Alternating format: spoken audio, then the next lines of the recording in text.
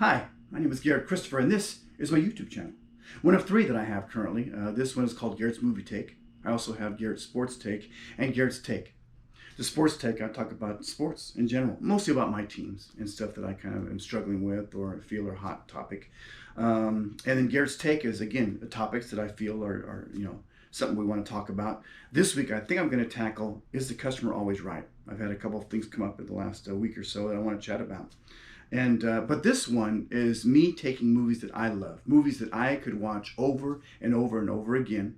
Some of them are classic-like. Some of them you probably never heard of. Some of them you probably hate. But I'm going to try and sell you on just why I think that they're some of the top movies out there, right? Now, you're not going to find movies like Gone with the Wind or The Maltese Falcon, on my list, mainly because I could really do without those movies. How terrible, how horrible of me, right? But it's like, yeah, I have no need to put Gone with the Wind on my television right now and watch it. None. However, as good as it gets, I'll watch right now. No problem. And enjoy it, watch it all the way through, and have a great time doing it. Please visit, by the way, GaretChristopher.com. You'll find out more about me. I'm a self-published author. And yeah, I've got some books out there. I do a weekly podcast that's available on both SoundCloud and Spotify. I have a couple of books, audio books on Audible, so please check those out. I do that myself. I narrate myself, do some different voices or whatever. So please check all that out for me. There are samples on my website, so please go on there and yeah, and let me know what you think. Comments. I want to know on this channel, my sports channel, as far as with the stuff on SoundCloud or Spotify, on my website. Let me know what you think. Am I doing a terrible thing? Am I doing great? Am I somewhere in the middle? What do you disagree upon? What do you agree upon? Let's talk about all of it, please, by all means. But this channel and today, I want to sell you on why this movie is one of those that if you were stuck, right, on a desert island, why would you want this movie to be one of the movies there in your collection, ready to watch while you're pounding on a coconut?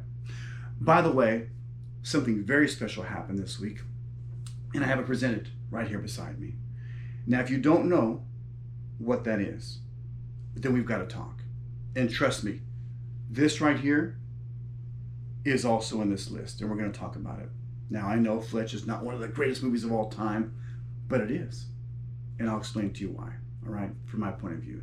I'm kind of goofy like that, and I loved Chevy Chase at this particular time with this Caddyshack, his roles in Caddyshack. So yeah, we're going to talk about that. So for this little, production, presentation, episode, I've got Fletch here along beside me. Okay, so as good as it gets. I did a little bit of research. I mostly want to go off memory on these movies because I want to just kind of zone in on the things that are really special about the movie, right? Why it really stuck out, be it the movie score, be it some of the dialogue, some of the little comments, whatever, the acting, the scenery, whatever it may be. But I did want to find out more about James L. Brooks. Now, I knew more about him than I thought I knew, and he's not as widespread as far as like hundreds and hundreds of productions, but he's done some good stuff. And you probably have seen his name at some point in time when you've watched an episode of The Simpsons, because he helped create The Simpsons. So there you have it. This movie also, along with some others, Terms of Endearment, he was a part of that. And I found out that way back when, and I'm in my 50s, so I remember this show, and you probably don't, but The Mary Tyler Moore Show, he was a creator of that one, and a creator of Taxi, another great show that I felt had great characters in it. So now that I look at the movie, As Good as It Gets, it kind of makes sense. And trust me, there are more creators than James L. Brooks that do this, but character building, something that I feel movies, comedy specifically, I talked about this, I think, time before last movie that I did with Blues Brothers, maybe just isn't there anymore as far as like, yeah, we want to take something that's culturally funny, that maybe is something you've seen or heard that's on Twitter or on TikTok or Instagram that's funny, and so we'll kind of roll with that and stick that into the dialogue instead of just having something this character would say that's just creative and inventive. And we have some of that in this particular movie. So I want to sell you on it. Now, this movie won Academy Awards, so it's not like it's some movie that you find in the bottom of some dumpster somewhere, and hey, I discovered it. No, it's out there. Both Jack Nicholson and Helen Hunt I guess, won Best Actor and Best Actress Academy Awards for that. By the way, let's talk about the Academy Awards for a second. I don't always follow what they say. In fact, when I see like best movies, right, and they pick out the 6, 7, 8, whatever it is, best movies, I usually stray away from those movies. Now, every once in a while, I'll go through and I'll discover a movie that I wouldn't have watched normally. The Academy chooses as one of the top movies of the year, and I'll watch it. No Country for Old Men was one of those movies that I probably wouldn't have watched otherwise. Just wasn't interested, although I did like the actors in it.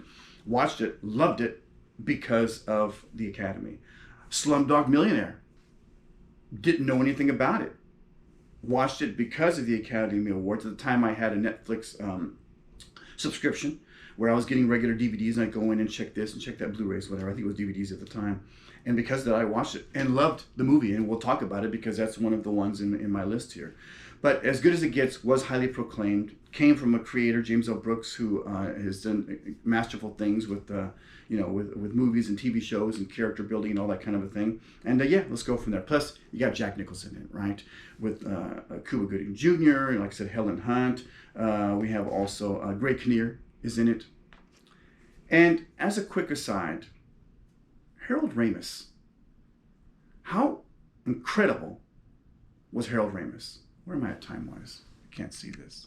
I gotta get one larger. A couple of minutes. By the way, I think I solved my GoPro scenario, my situation. Not as far as the time of each production, because it still will just start a new chapter after like 8 minutes and whatever seconds. But every day I'd struggle for like an hour trying to get this thing going and hook up to my phone so I can kind of, have voice commands and this kind of thing. Spent 2 hours with a tech line trying to figure it out, and I think I finally found something here, so it's going to help my stress level greatly.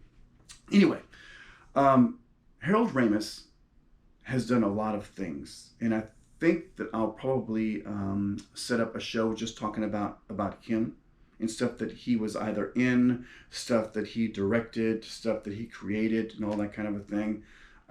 Super guy, and yet when I see his character in this movie, in this film, he's a doctor, right? And he kind of comes to the rescue. He's actually the friend of Jack Nicholson, and comes in and helps the situation greatly. Now, why Jack did it is a whole nother, situation. But Harold in this movie is how I depict him and his personality. Unassuming, because he always presents himself that way. Unassuming, doesn't want the glory. Hey, I'm here. Hey, okay, I get it. Okay, I understand. Please, no hugs and kisses, no accolades. I'm just doing my job and that kind of a thing. I don't know. I never knew him. He has passed on, and he passed on several years ago. But maybe he was the biggest jerk in the world. But that's how I see him. So the way he is in this movie, I see him just kind of him being himself and presenting himself that way. But yeah, I am. I think I'm definitely going to put together a production with just talking about him and stuff that he's done.